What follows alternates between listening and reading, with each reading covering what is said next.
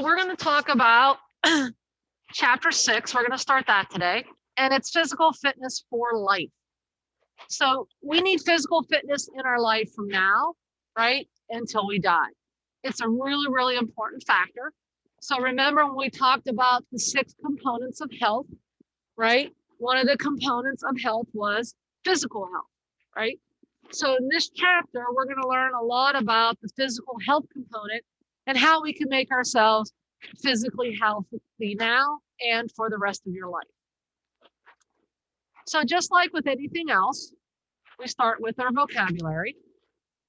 And the definition of physical fitness is the ability of the body to perform daily physical activities without getting out of breath, being sore, or overly tired. Okay? That is physical fitness. And how do you know you're becoming more physically fit? Hannah. Your stamina increases, okay? What else will you notice in your body if you're becoming more physically fit? Austin?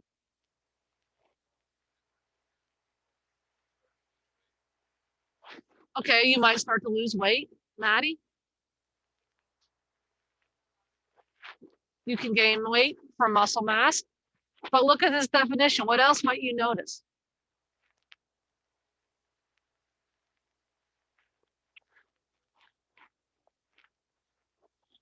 Okay, so it'll be easier to do things because you won't be getting out of breath as much, right? You'll notice that you won't be as sore. So when you start exercising, this is one of the reasons people don't like to start, is because they get sore, right? Well, they're using their muscles they haven't used for a while and they get sore. But the more physical activity that you get, your physical fitness will improve. You will get less sore, less tired, and you won't be out of breath as much. Okay. So that's one way to know that you're becoming more physically fit is you won't see this as much. At any time we start a new activity, our body takes time to adapt to it, and it takes time to become more physically fit. And the way to get physically fit, unfortunately, is through exercise. And it doesn't have to be one type. As we're going to find out, there are many types of exercises. They're going to do different things for our body. But exercise is the way that we improve our physical fitness or maintain our physical fitness. If you like where you are right now, that's great, but you still need to do exercise to maintain that level of fitness that you have. If we don't, we will lose it.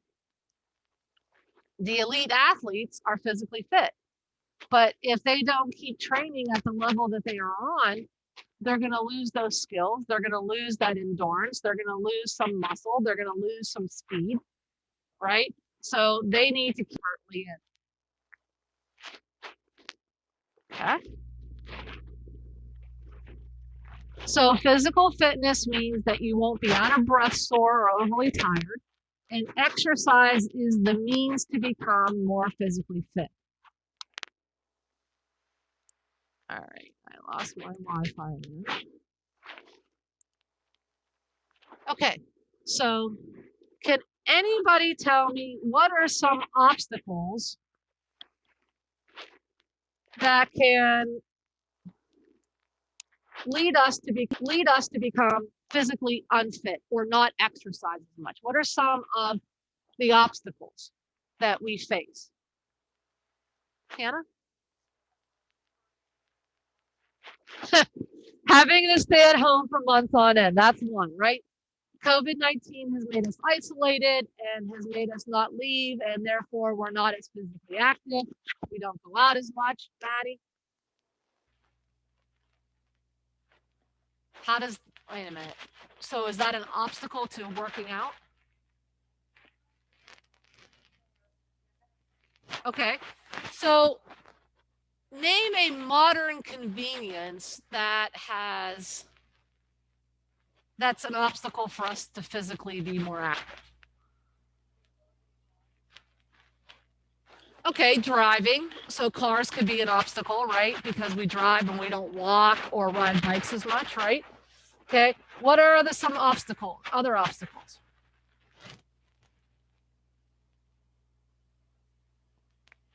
What do you see in malls? Escalators, elevators, okay? So we have a lot of obstacles, which are your modern technology today. Not that technology is bad, but a lot of this technology and your modern conveniences have led us to a more sedentary lifestyle, and we're not as physically active as we used to be. So we have escalators and elevators and people movers instead of stairs, right? So therefore we don't walk as much or move around as much. The computer, right? We sit at the computer, our tablets, our laptops, hours on end, right? So we're sitting, we're not moving. TV, it's great, but we sit for hours and watch programs. All right. The games, all right, your video games. You're not very active when you're playing video games. You're using your thumbs. That's about it. Okay. And you might be using a headset and using your mouth to talk to somebody, but you're really not moving around that much. And you're addicted and you will sit for hours playing those video games. Now, the Wii came out, right? And that was a video game that kind of made you move. So we had dancing and we had hitting tennis balls and, hitting a baseball bat and stuff along those lines. So you're at least getting up and you're standing, maybe not sitting. And you tended to move more when you played the games on Wii if you played the interactive games that they had, right? Rather than just sit there playing with your thumbs, talking on a headset and blowing things up. All right. Now, these modern day conveniences are great, but again, they have led us to become less physically active, which is leading to more lifestyle diseases. So technology has kind of gotten a bad rap for that. So now we have technology that tries to help us to move, right? So what are some technology advancements, Emily, that make us move?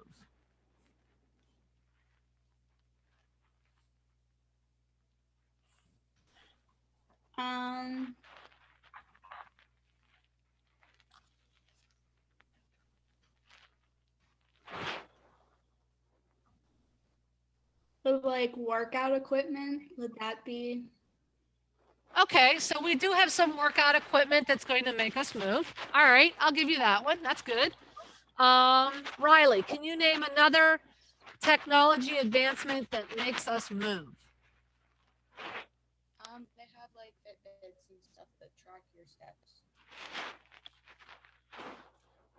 Can you say that one more time? They have like Fitbits and watches that track your steps and tell you when to exercise. Awesome. That's great. Yeah. That's what I was thinking about, those Fitbits and smart watches that are out there, right? They make you move. They track how many steps you have. I just bought a watch that's coming that it will measure my blood pressure. It will measure my oxygen levels. It will measure my pulse. It will tell me how well I sleep. But if I sit too long, an alarm will go off to make me get up and move. So there are some technology advancements that are trying to get people to move more, right? Because technology has made us sit more. So let's go on, come on. All right.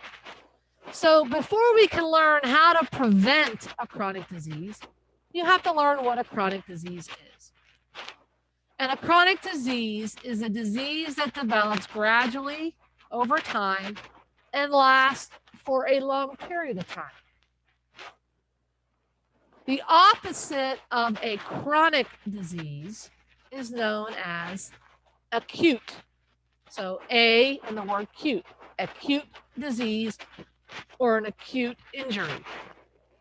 So You're playing basketball and you go up for a layup, you come down and you come down on your foot wrong and you sprain your ankle. It happened immediately, instantaneously, and it just happened. That is known as an acute ankle sprain because it just happened. So after you do your therapy, you ice it, you strengthen it, and then you come back to play. If you keep spraining that ankle over and over and over again, maybe because you didn't make it strong enough, you didn't do the therapy correctly. If it keeps happening, you now have what's known as a chronic ankle sprain because now it's happening over a period of time. Okay? That is a physical injury example. An acute ankle sprain just happens, right? And it swells up and hurts. You rehab it, and then you're usually fine. But if you don't rehab correctly and there's an imbalance, it can keep happening, and then it's considered a chronic ankle sprain. So, Matt Koch, can you give me an example of a chronic disease? A disease that will last a period of time.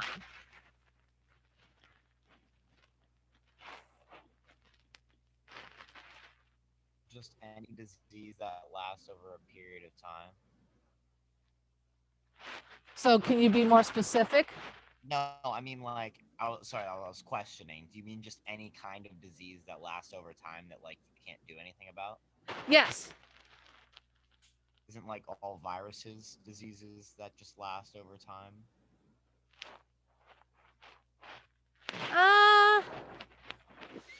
Maybe.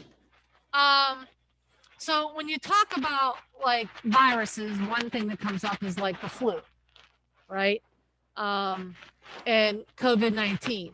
So if you would get the flu or COVID-19, you are sick for a period of time, and then the virus goes away.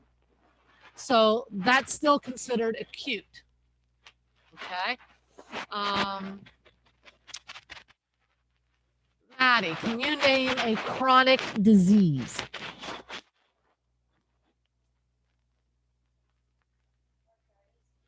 Yeah, arthritis would be one.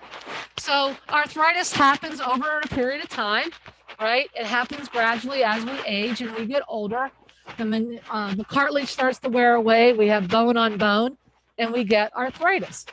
And arthritis, there's really no cure for. It just continues to get worse over time, and you're going to have it for a long period of time, and there's no cure. So if the arthritis builds up big enough in your knee and debilitates you, you get a knee replacement. The only way to clear it is to get rid of it, and we take the bones out and put steel in our bodies, and that cures the arthritis in the knees. So your chronic diseases sometimes have no cure, right? So you're going to have them for a long period of time, and there tends to be no cure for them sometimes. So Riley, can you name another chronic disease other than arthritis? Stroke. Stroke is one. Okay. Hannah, can you name another one? Oh, dementia. That's a good one. Dementia or Alzheimer's. Those are chronic diseases. There's no cure for them. They come on gradually, and they're going to last a long time. Okay. Austin, can you name another chronic disease?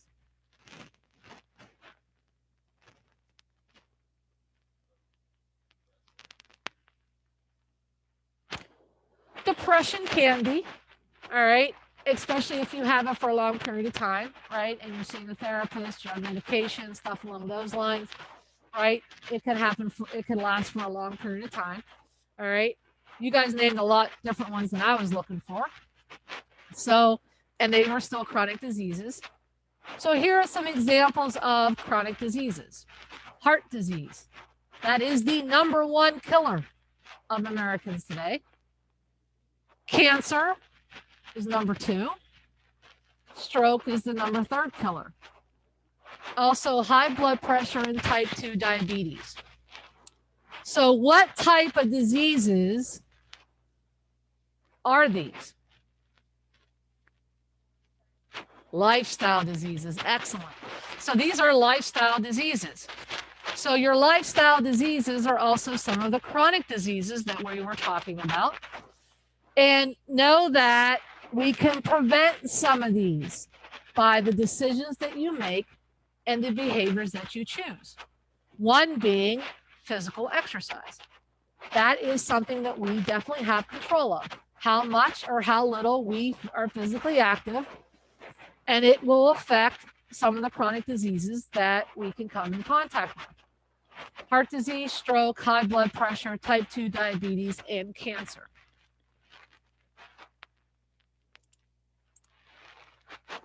So what this is showing you is how heart disease kind of develops.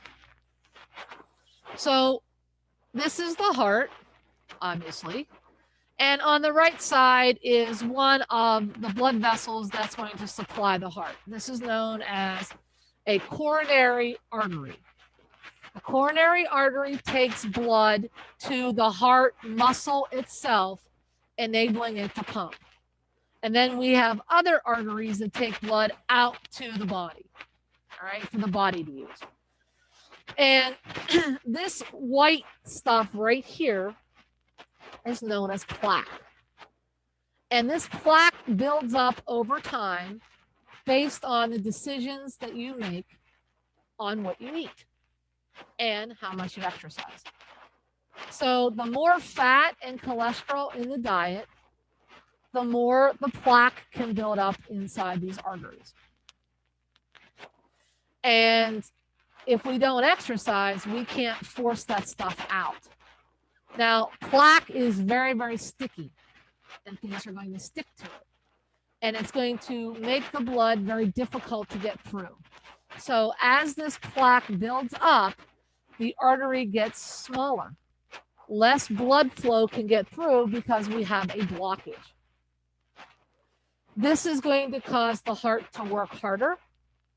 It's going to have to contract harder, which will increase blood pressure, which would lead to heart disease that can lead to heart attack, cardiac arrest, and death. Okay? So if this plaque completely fills up and blocks this artery, no more blood flow can get through. Therefore, no blood flow would get to this part of the heart muscle. And this part of the heart muscle is damaged and dies. This is similar to what happens in a heart attack. So this is where they usually have to go in and do a bypass. So they do a bypass, a double bypass, a quadruple bypass. That tells you how many arteries they have to bypass. And they can also put in what's known as a stent or a shunt. And what they do is they put like a tube in here inside this artery to push it open so the blood flow can go through and avoid the plaque buildup. All right. And it's going to happen anywhere in this heart muscle. There's no one particular area that it goes to. It can happen anywhere. And so our decision not to exercise, or the decision we make of the things that we eat and put into our body, can lead to plaque buildup in our arteries, which leads to heart disease, heart attack, cardiac arrest, and death. Now, the same thing can happen in the brain. When it happens in the brain, it is called a stroke. So you can have what you see here. We can actually see the white plaque buildup inside of here. And this is simulating a blood clot. So the blood can't get through, it builds up, and with the plaque and the clot, it blocks blood flow to a part of the brain. Now, this can happen anywhere in the brain, just like it can happen anywhere in the heart. When it happens to the heart, we have a heart attack or cardiac arrest. When it happens in the brain, we have something known as a stroke. So if the stroke occurs on the right side of my brain, what side of my body is affected? If the stroke happens on the right side of my brain, what side of my body is affected?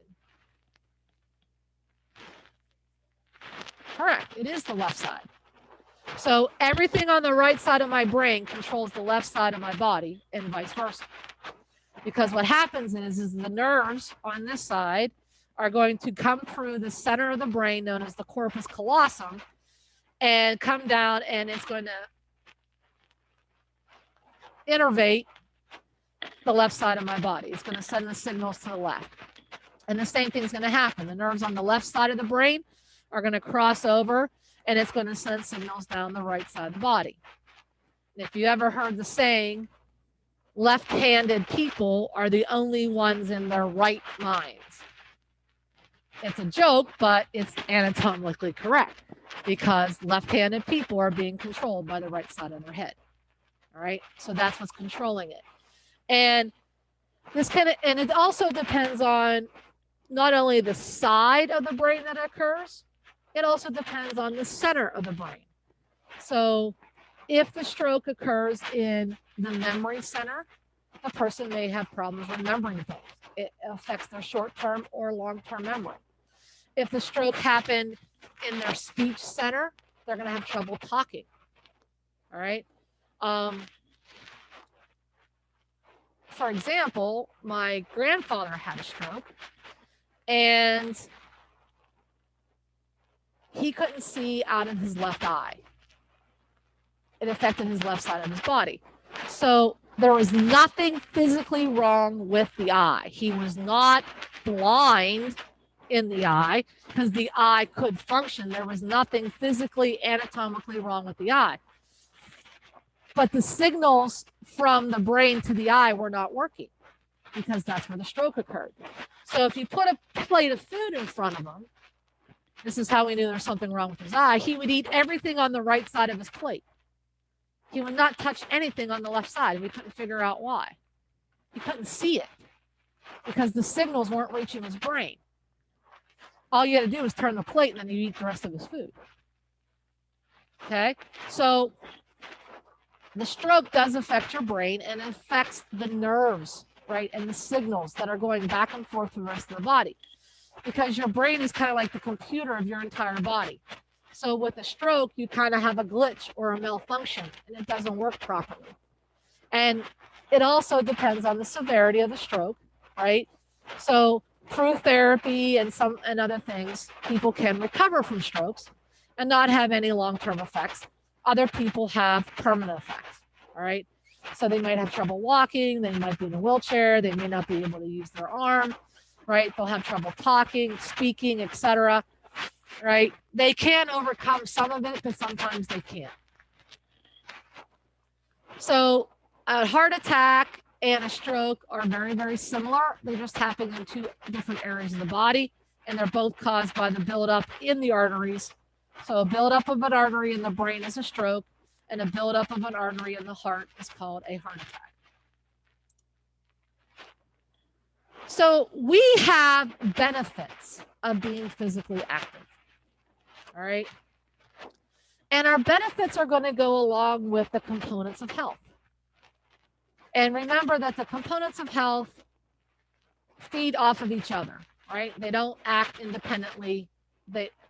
One affects the other that we talked about in the first chapter. So the physical benefits of exercise are great.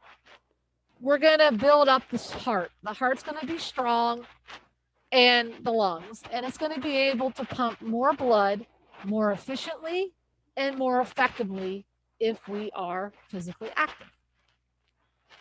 Okay? It will require less work on the heart to pump the same amount of blood if we are physically active. And the heart is an organ, but it's also a muscle. And therefore, it needs to be worked, and it needs to be trained, and it needs to get stronger to work better. Healthy cholesterol levels. So we can control how much food and how much cholesterol and or fat we put in our body. Healthy cholesterol levels, again, is going to lower that plaque buildup inside of the arteries, inside the heart, and in the brain. So we're going to get that. Physically active is going to help build muscular strength, endurance, and flexibility. So for every pound of muscle that you have on your body burns 50 calories just by having it on your body.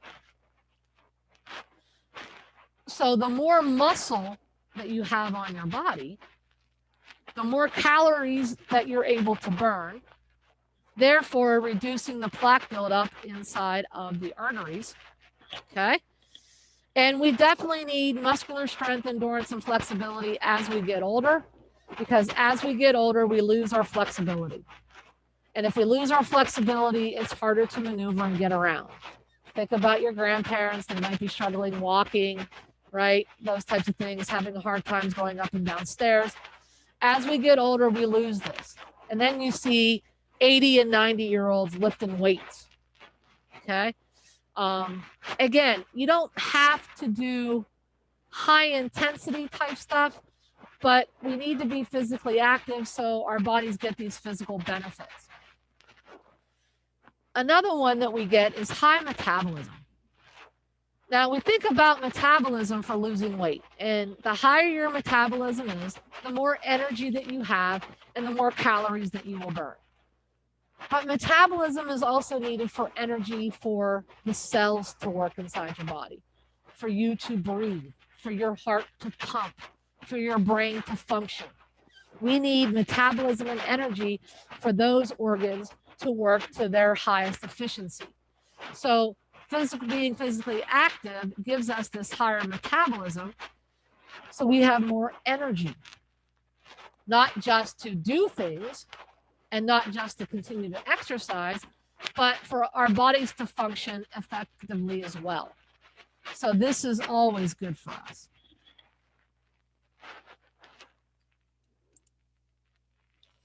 We get mental benefits. So being physically active gives us physical benefits. It's going to give us mental benefits. It gives us a higher self-esteem. It lowers our stress. It lowers our anxiety. It makes you feel good. When you exercise, you tend to feel better about yourself because you will release a thing known as endorphins, and they help make you feel happy or make you feel better. All right. So we get all these mental benefits.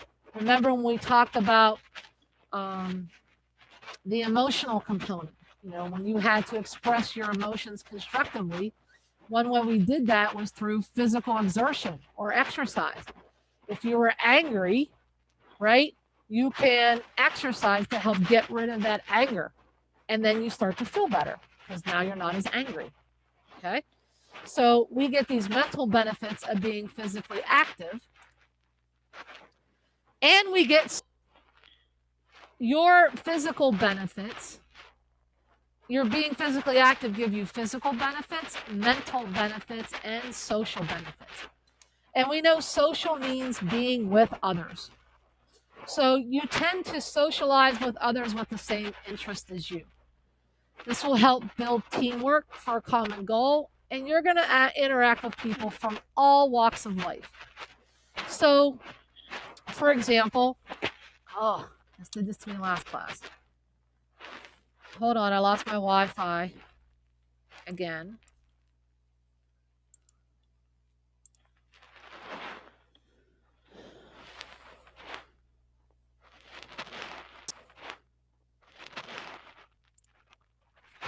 Back up.